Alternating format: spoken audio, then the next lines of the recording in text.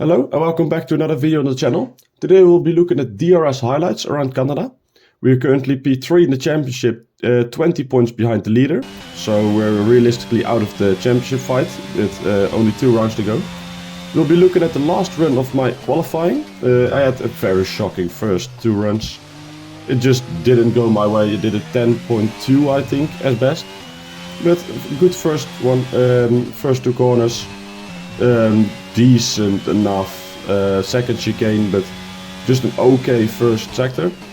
Half a tenth down than what I could be doing. Did manage to go purple through the first sector. Currently 1.1 tenths up on my teammate in P2.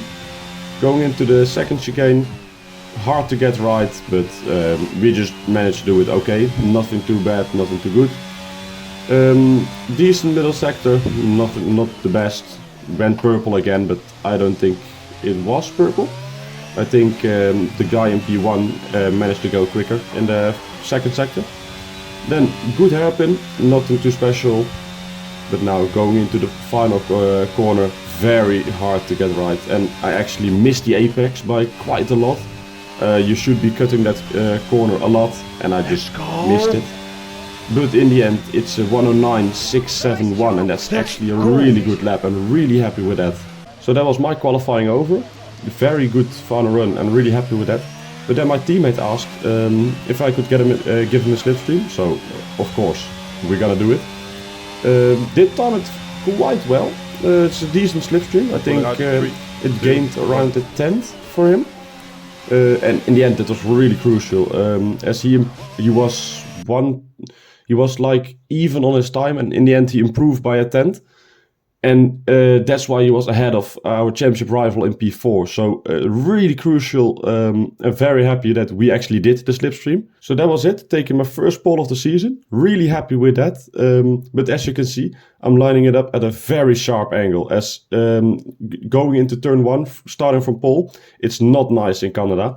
As the wall on the left hand side immediately cuts across you. So our park is absolutely spot on. But now we'll be looking at the lights. 4 red lights, 5 red lights, and it's lights out and away we go. I get actually quite a decent getaway, but the second phase wasn't that good. But we had the inside line compared to Thomas, so we're safe going into turn 1. Still easily in the lead, not really any position changes going on behind me. So now we're gonna settle down, take it easy, no warnings, gonna keep my ERS, I'm in the lead so I can dictate the pace. So that's exactly what I'm gonna be doing for the entire first stint. So now we jump into lap 3, still everyone behind me. I have a lot of ERS left, didn't really use anything. Tried to get him out of the DRS but didn't work, made a few mistakes. But now looking behind, he actually spun off the guy in P2. So it's going to be a Red Bull 1-2. And this will turn out to be the ideal scenario. I'm back up to 100% ERS. And I have my teammate behind me. He was pushing behind me to try and keep the Ferrari behind. But we just managed to play it perfectly. And then the unthinkable happened. The oh so consistent championship leader somehow crashed out behind us. We didn't know what to think of it. We were so surprised by this happening. But this is ideal for the championship. But now back to the race, as we still need to get that Red Bull 1-2. As it's still going to be 22 laps remaining. But yes, we need to box. We're going to box to the mediums. It's going to be a double stack, which is going to hurt my teammate. Not me, of course. I'm going to be away, still in P1. But my teammate ended up only losing 1 position to Mr. Kai Racer, so that's really good. He will be able to get that back. I'm not too worried about that. So now, safety car restart. I'm gonna try to time this as good as possible with my teammate. He is obviously in P3, and if we could manage to get him into P2 at the safety car restart, that's the ideal scenario. So I'm gonna be going as late as possible. I saw that the Alfa Romeo was trying to be very close behind me, even side by side. So I cut him off, and then I went for it. My teammate got down the inside. I thought we played this absolutely beautifully. But in the end, my teammate sadly overshoot the corner. So Mr. Kai Racer was able to go all the way around the outside of him, retaining the position. And now it was time to push. I didn't push a single bit in the first stint. So I was ready to give it my all. We jump all the way to the end of lap 29, where my teammate finally overtook Mr. Car Racer, but in these laps I already pulled nearly 7 seconds to them. So basically there was no need to push again. And then my engineer asked me, Lars, you still there?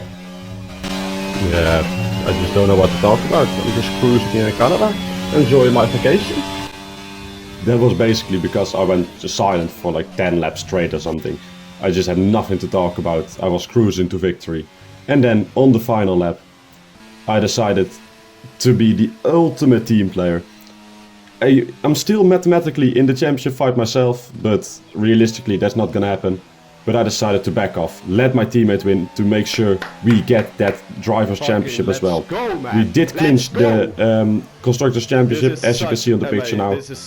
But I want that Driver Championship for my teammate as well. I'm not satisfied if we're not P1 in both championships. So in the end, I would have managed to get a Grand Slam, but as I said, the team result is more important to me than my individual performance. So I want to thank you guys for watching, and I'll see you next time.